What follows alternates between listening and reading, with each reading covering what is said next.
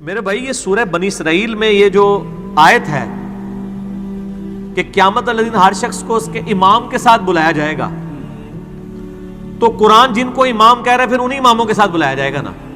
اگر آپ کے اماموں کے اور آپ کے بزرگ بابوں کے نام قرآن میں لکھے ہوئے ہیں تو یہ وہ والے امام ہوں گے، اور اگر اس امام سے وہ والے امام مراد لینے جو قرآن نے خود بنائے ہیں، کیڑے لینے جے؟ جے مسلمان ہو تو پھر وہی لوگو گے، جے کچھ اور ہو ہندو سکھ عیسائی تو پھر جو مرضی لیندے رہو۔ قرآن نے کیا بتایا ہے؟ قرآن نے بتا دیا کہ ہر شخص کو جو اس کے امام کے ساتھ بلایا جائے گا وہ امام کون ہوگا؟ وہ سورہ النساء کی آیت نمبر 41 میں ہے، جس کے کانٹیکسٹ میں میرا پورا لیکچر ہے، مسئلہ نمبر 121، قیامت والا دن بزرگ خود ہی دشمن ہو جائیں گے اپنے فالوورز کے۔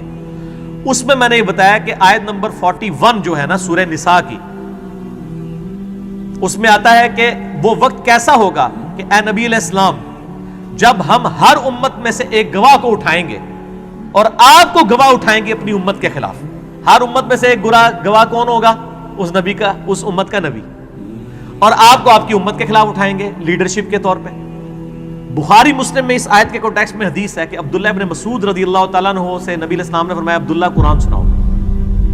اس نے کہا یا رسول اللہ قرآن تو آپ پہ نازل ہوا ہے، میں سناؤں قرآن؟ آپ فرمایا عبداللہ مجھے دوسروں سے سن کے لطف آتا ہے۔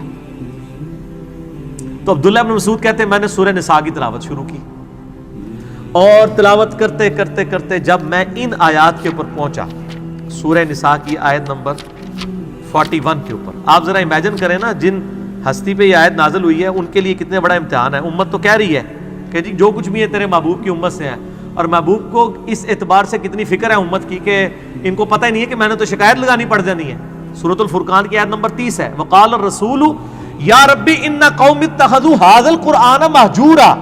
نبی علیہ السلام قیامت والے دن شکایت کریں گے اللہ میری قوم، میری امت نے قرآن کو پیچھے پھینک دیا تھا، اور نبی علیہ السلام کو اس بات کی خود ٹینشن تھی کہ مجھے اپنی امت کے خلاف گواہی دینی پڑے گی، لیکن امت کہتی ہے اللہ جو کچھ بھی ہے تیرے محبوب کی امت سے تکی جائے گی، پتہ چل جائے گا، پتہ نہیں چلے گا، لگ پتہ جائے گا۔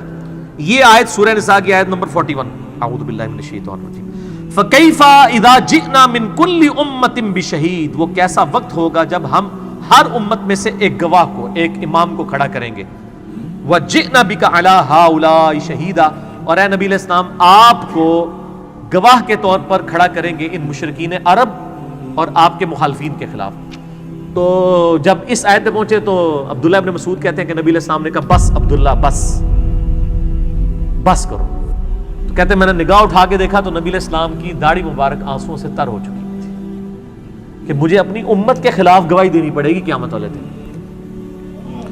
تو یہ امام یہ ہے، یہ آپ کے بنائے ہوئے امام نہیں ہے، ٹھیک ہے نا جی؟ یہ امام قرآن کی ٹرم میں تو امام، لیڈر، شہید، ٹھیک ہے جی، دائی، یہ سب ٹرمنالوجیز پیغمبروں کے لیے۔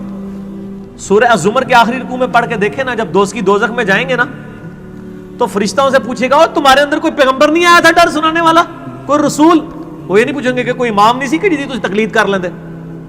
فرشتوں کو تو پتہ ہی نہیں ہے۔ یہ اسی طریقے سے جیسے سورہ یونس میں ہے کہ اللہ تعالیٰ فرماتا ہے کہ تم اللہ کے مقابلے پہ وہ ہستیاں گھاڑ رہے ہو جو اللہ کے علم میں نہیں ہے زمین و آسمان کے اندر۔ دیکھو کس لیول تک جا کے بات کی ہے۔ اللہ فرماتا ہے میرے علم میں کوئی ایسی بات نہیں ہے۔ یہ اللہ جب یہ بات کر رہا ہے تو آپ سمجھیں کہ یہ 11,000 وولٹ کا جھٹکا دیا جا رہا ہے اگلے بندے کو کہ اللہ تو بندے کو کیڑی گل پہ کر دو۔ اللہ کہہ رہا ہے میرے علم میں تو کوئی ایسی ہستی نہیں زمین و آسمان میں جس کو میں نے اپنا نائب بنایا ہو۔ اور اسی طریقے سے ہونا ہے کہ اللہ نے قیامت ان کو یہ بھی کہنا ہے کہ میرے علم میں تو کوئی ایسا امام نہیں تھا کہ میں نے تو جو رسولوں کو بھیجا تھا امام بنا کے تجھے اپنے بنا لے سن۔ وہ امام تو سارے ہیں، وہ تو آپ کا امام مسجد بھی امام ہے، وہ تو سارے ائمہ فقہ کے حدیث کے امام ہیں۔ ان کی آپ یعنی تعلیمات سے فائدہ اٹھائیں گے، نہ کہ یہ کہ آپ ان کو پروفٹ کے درجے کے اوپر فائز کر دیں گے۔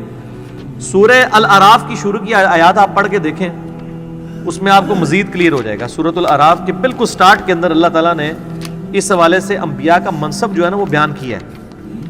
اعوذ باللہ من الشیطان الرجیم، بسم اللہ الرحمن الرحیم۔ آیت نمبر 7 میں وَلَنَقُصَّنَّ عَلَيْهِمْ بِعِلْمٍ، نہیں آیت نمبر 6 فَلَنَسْأَلَنَّ الَّذِينَ أُرْسِلَ إِلَيْهِمْ، ہم ضرور پوچھیں گے ان لوگوں سے جن کی طرف ہم نے رسولوں کو بھیجا کہ بھئی رسولوں نے پیغام پہنچایا کہ نہیں۔ وَلَنَسْأَلَنَّ الْمُرْسَلِينَ، اور ہم رسولوں سے بھی پوچھیں گے بھئی تم نے پیغام میرا پہنچایا ہے کہ نہیں. رسولوں کو بھی پوچھا جائے گا کہ آپ نے کام کیا ہے کہ نہیں، اور جن کی طرف آئے ان کو بھی پوچھا جائے گا کہ ہاں بھی رسول نے پیغام پہنچایا. اسی لیے تو بخاری مسلم کی حدیث ہے نا، یوم النہر کا خطبہ، آپ علیہ السلام نے کیا کہا، اوہ میں نے لوگوں اللہ کا پیغام تم تک پہنچا دیا. صاحب نے کہا یا رسول اللہ پہنچا دیا. آپ نے 3 دفعہ اپنی شہادت کی انگلی آسمان کی طرف بلند کی، پھر ان کی طرف، اے اللہ گواہ رہنا، اے اللہ گواہ رہنا، اے اللہ گواہ رہنا. پھر آپ نے فرمایا کہ اب یہ تمہاری ذمہ داری ہے کہ اس پیغام کو دوسرے لوگوں تک پہنچا دو. اور بسا اوقات جس کو پیغام پہنچایا جاتا ہے وہ زیادہ یاد رکھنے والا ہوتا ہے بنسبت اس کے جو پہنچا رہا ہوتا ہے.